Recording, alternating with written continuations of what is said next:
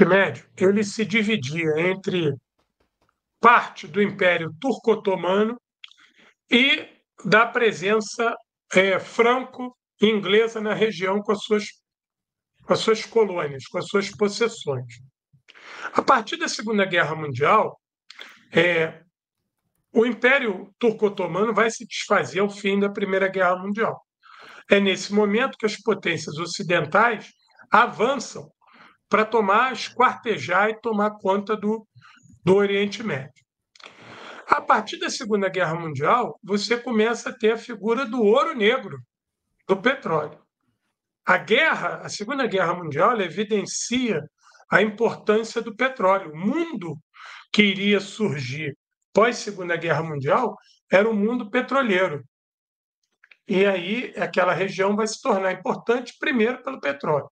Segundo, pelas rotas marítimas e terrestres, mas muito mais marítimas, de comércio Ocidente-Oriente. O Oriente Médio passa a ser um elo de ligação Europa, África, África-Ásia. Então, é um corredor importante, muito importante. E o imperialismo vai tentar, de toda maneira, dominar fisicamente. Quando não mais possível, ele vai usar a dominação ideológica, a dominação comercial, a dominação financeira, que é o imperialismo.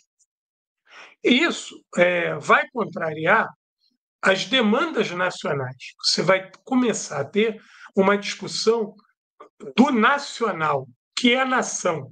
Porque o contexto de estados modernos, isso é uma novidade para a região. Isso é uma coisa que vai surgir, que vai ser começada a discutir ao final da Primeira Guerra Mundial e só vai ser efetivo no final da Segunda.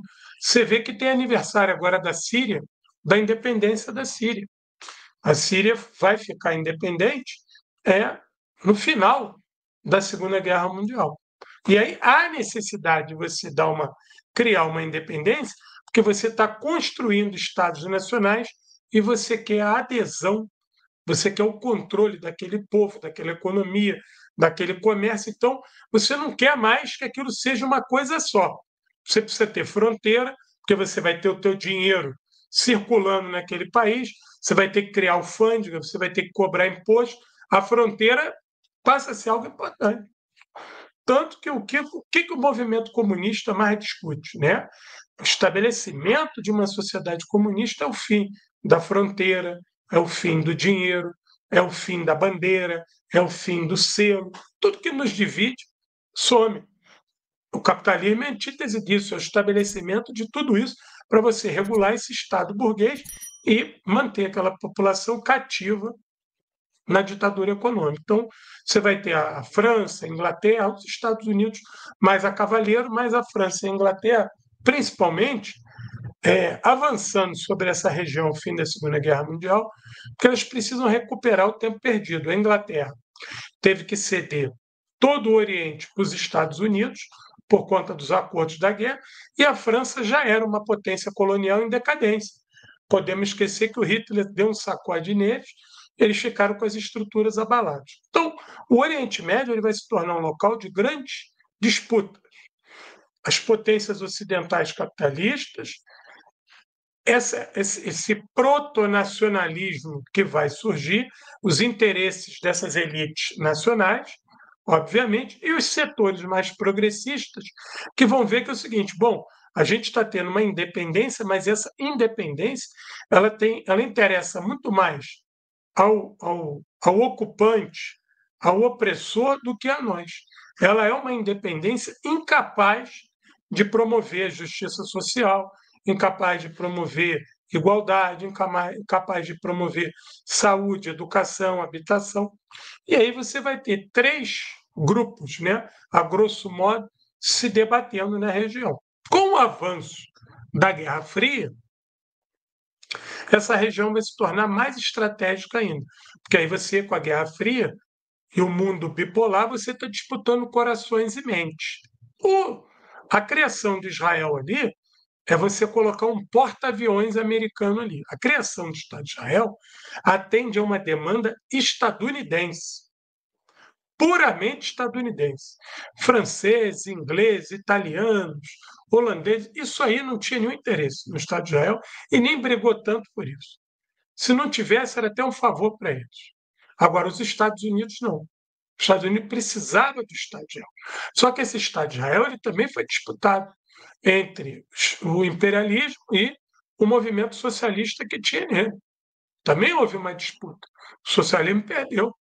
E aí essa Israel vai se tornar uma Israel sionista, reacionária, colonialista, extremamente racista. Então Israel, o projeto sionista, ele precisava estar escudado numa potência. Então eles vão aderir aos Estados Unidos, né, de mala e bagagem, há uma simbiose entre Tel Aviv e Washington muito grande, e isso vai ser uma mola desagregadora na região. Israel é um instrumento artificial, é algo artificial. Essa Israel ela vai estabelecer conexões para impedir que a paz reine no Oriente Médio, ela vai trabalhar ativamente para que a guerra continue existindo, porque enquanto os árabes estiverem se matando, isso é importante, e vão usar a religião para isso. E outra coisa, os Estados Unidos vai assediar, vai organizar e vai financiar a subida ao poder dessas monarquias perdulárias. Então, essas monarquias perdulárias elas vão ser as maiores inimigas do povo árabe, porque elas vão se apoderar do dinheiro, né, do petróleo, vão criar um mundo de ilusões e vão ser extremamente reacionários. E vão ter um poder gigante, vão ser ditadores do petróleo. Isso faz com que um lado do Oriente Médio esteja sempre em guerra e o outro esteja estático sobre a mão desses sheiks, desses monarcas, dessa turma que vive nababescamente do petróleo. A turma que está em guerra é a turma que conseguiu, né, estabelecer minimamente um projeto mais popular de Estado. Esse projeto mais popular vai permitir que as contradições se aflorem e tenha crise, tenha luta, tenha guerra.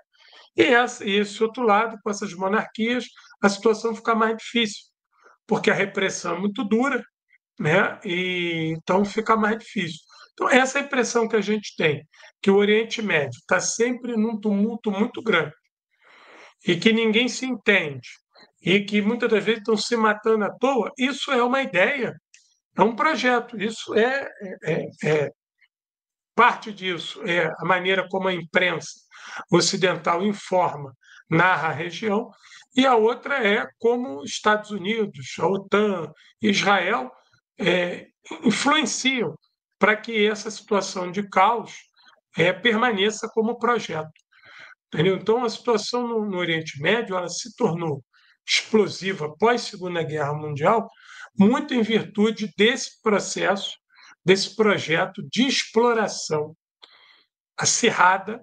Só para finalizar essa questão do Oriente Médio, o Oriente Médio virou um grande palco de disputa do imperialismo, que fomenta a guerra ali na região, à torta e à direita. Por isso é sempre essa imagem de caos. Mal comparando, é a mesma situação do Haiti. Quando a gente olha para o Haiti, que vê caos total, por quê? Porque foram anos e anos e anos de ação deliberada do imperialismo para impedir que aquela sociedade se organizasse, seja qual for a organização. Né? Eles não conseguiram nem criar uma sociedade. A gente quer ser capitalista. Não, não pode ser, tem que ser nada, ter a arrasada para vocês servirem aos nossos interesses pela posição estratégica. Primeiro, pelo petróleo, segundo, pela presença de Israel e terceiro, a conexão com a Ásia e com a África. Por isso, respondendo ao meu querido Celso, essa é a situação imposta ao Oriente Médio. A tentativa de reverter isso, nós conhecemos no século XX como pan-arabismo. O pan-arabismo foi uma tentativa, né? E ali você tinha movimentos nacionalistas de orientação progressista e movimentos socialistas ali juntos, tentando reverter. Não foi uma experiência vitoriosa essa junção.